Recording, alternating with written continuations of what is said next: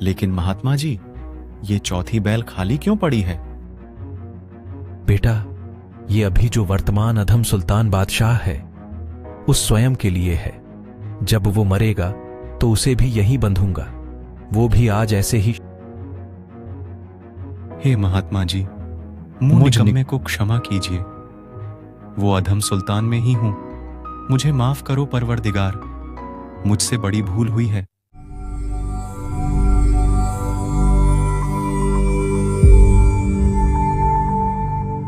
इस प्रकार हुई कई घटनाओं ने बादशाह को सोचने पर मजबूर कर दिया और राजपाट से मन हटाकर एकांत में रहने लगा। उधर बादशाह ने कुछ संत महात्माओं को वापस जेल में डाल रखा था। कबीर साहेब पुनः जेल की तरफ जाते हैं।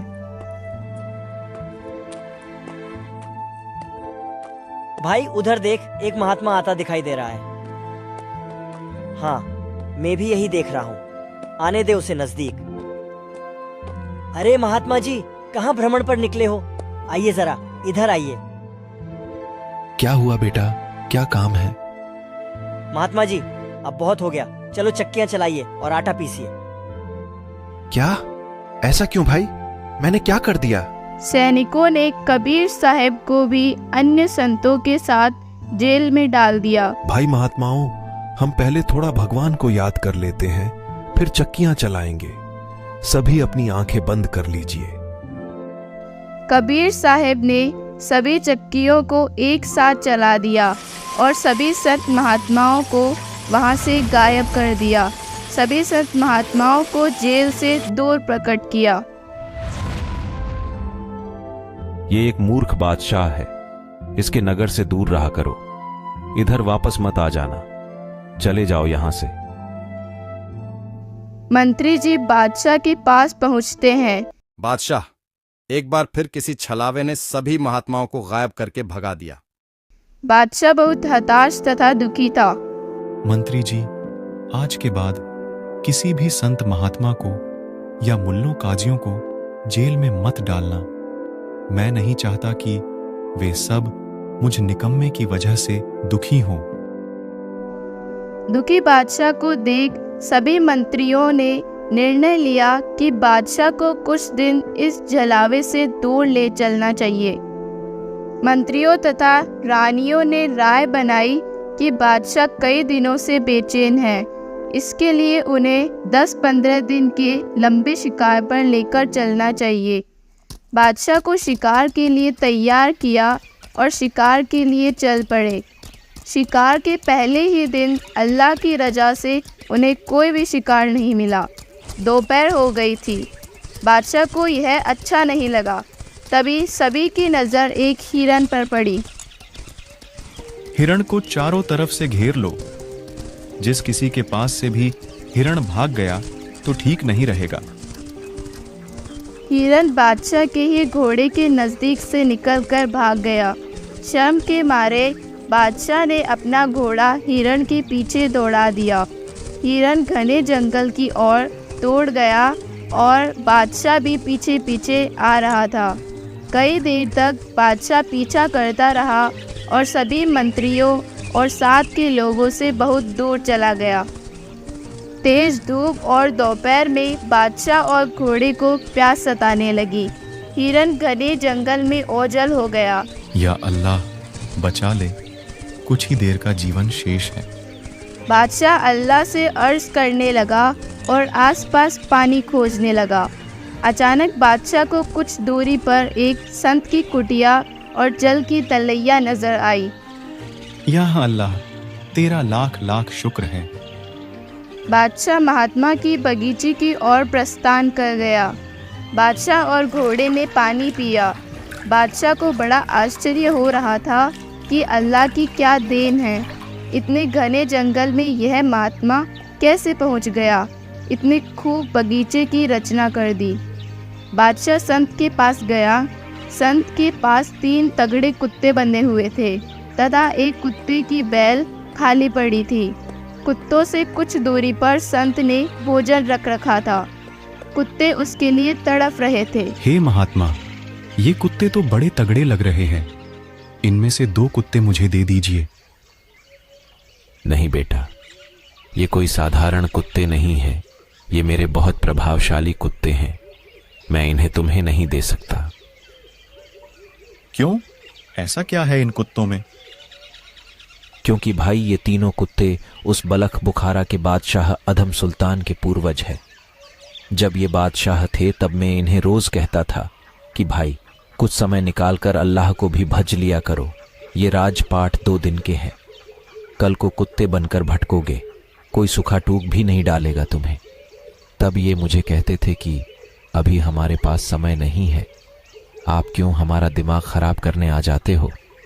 तब तो ये काजू बादाम के हलवे खाते थे और झूठा भी छोड़ देते थे। अब इनके नसीब में वो नहीं है। बादशाह सहम गया और कुत्तों के रूप में अपने पूर्वजों तथा महात्मा की शक्ति को देखकर कांप गया। बादशाह ने देखा कि एक बैल खाली पड़ी है। लेकिन महात्मा जी, ये चौथी बैल खाली क्यों पड़ी है? बेटा, ये अभी जो वर्तमान अधम सुल्तान बादशाह है उस स्वयं के लिए है। जब वो मरेगा तो उसे भी यही बंधूंगा।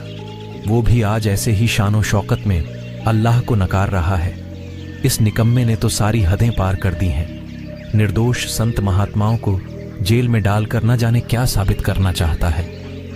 मैं उन्हें 2 बार छुड़ा कर लाया हूं, लेकिन वो फिर डाल देता है। कई बार उसे समझा चुका हूं। कभी कारवां बनकर जाता हूं तो कभी राहगीर, कभी उसकी बांदी बनकर कोड़े खाता हूं तो कभी कुछ और। यह भी झूठी दुनियादारी में अंधा हो रहा है। मेरी एक नहीं मानता। बादशाह संत के वचनों से डर के मारे कांप रहा था और रोता हुआ संत के चरणों में गिर गया। हे महात्मा जी, मुझ निकम्मे को क्षमा कीजिए। वो अधम सुल्तान में ही हूं। मुझे माफ करो परवरदिगार, मुझसे बड़ी भूल हुई है। हे महात्मा, मुझ निकम्मे को सच्ची राह आसान करो अल्लाह के स्वरूप। आज के बाद में इसी गलतियां नहीं करूंगा। ये क्या? हे भगवान, वो महात्मा कहाँ गए? क्या यह स्वप्न तो नहीं था? नहीं, यह स्वप्न नहीं हो सकता, क्योंकि मुझे अब भूख प्यास भी नहीं है और घोड़े की पैर भी गीले हैं। मायूस बादशाह अपने घोड़े पर बैठा और वहां से सीधा मंत्रियों तथा सैनिकों के पास पहुंचा। बादशाह ने हाथ के इशारे से ही महल चलने का संकेत कर दिया। बिना किसी से बोले बादशाह सबसे आगे नगर की ओर चल पड़ा। महल पहुंचकर स्वयं के कक्ष में जाकर मायूस होकर बैठ गया। रानियों ने मंत्रियों तथा सैनिकों से बादशाह के बारे में पूछा। पता नहीं बादशाह के साथ क्या हुआ है। हमारे से काफी दूर चले गए थे, फिर न जाने ऐसा क्या हुआ कि सीधा महल चलने का संकेत कर दिया। मंत्री तथा रानियां बादशाह को समझा रही थी। ऐसी बातें तो औरतें किया करती हैं। आप तो मर्द हैं और बादशाह हैं। एक सेवड़े से ऐसा क्या डरना। ये मैं जानता हूं कि वह सेवड़ा है या कोई फरिश्ता। वो क्या चाहता है वो मैं जान चुका हूं। इतने में वहां एक कुत्ता आया। कुत्ता सीधा बादशाह के कक्ष में पहुंच गया। कुत्ते का सिर बड़े बड़े जख्म से भरा था और उनमें कीड़े पड़े हुए थे। कुत्ता ऊंची आवाज में बोलने लगा। ए इब्राहिम भाई, मैं तुम्हारे इस पड़ोस वाले नगर का बादशाह था जो कुछ साल पहले मर गया था। भाई, आज वो सब जीव मेरे से बदला ले रहे हैं जिन्हें मैंने युद्ध और शिकार में मारे थे। मेरे सिर में कीड़े बनकर मुझे खा रहे हैं। भाई, तेरे पास तो अभी समय है और सुधर जा। अल्लाह तेरे लिए ही भटक रहा है, नहीं तो मेरी जैसी दुर्गति तैयार है। इतना कहकर कुत्ता वहां से गायब हो गया। देख लो, अभी सब तुम्हारी आंखों के सामने घटना घटी है। अब तो मुझे अकेला छोड़ दो, चले जाओ यहां से।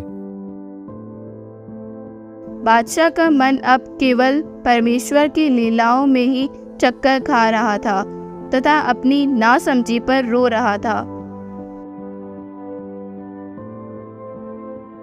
शाम के समय बादशाह अकेले में महल की छत पर बैठा था तथा अल्लाह को याद कर रहा था। उधर एक सेवक ने छत पर कुछ दाने डालकर पक्षी आज़ाद किए। बादशाह उन्हें देखने लगा और उनमें खो गया। बादशाह उन्हें देख ही रहा था कि इतने में एक बाज आया और एक कबूतर पर झपट्टा मारा। अचंभित बादशाह उसे देखता रह गया। बाज कबूतर को दबोच कर ले गया। तभी आकाश से एक आकाशवाणी होती है, ए इब्राहिम, देख ले काल का जाल। बेटे, एक दिन तुझे भी इस भरे पूरे परिवार से काल ऐसे ही झपट्टा मार कर ले जाएगा और तेरा कुंबा पीछे रोता रह जाएगा। बादशाह अंदर तक कांप गया और दुखी मन से रोने लगा। ये 2D एनिमेशन संत रामपाल जी महाराज के सत्संग प्रवचनों का अंश मात्र है। संपूर्ण आध्यात्मिक ज्ञान प्राप्त करने के लिए अवश्य सुनिए संत रामपाल जी महाराज जी के मंगल प्रवचन। आप संत रामपाल जी महाराज जी के मंगल प्रवचन संत रामपाल जी महाराज एप्लीकेशन पर भी सुन सकते हैं तथा उनके द्वारा लिखी पुस्तकें भी डाउनलोड कर सकते हैं।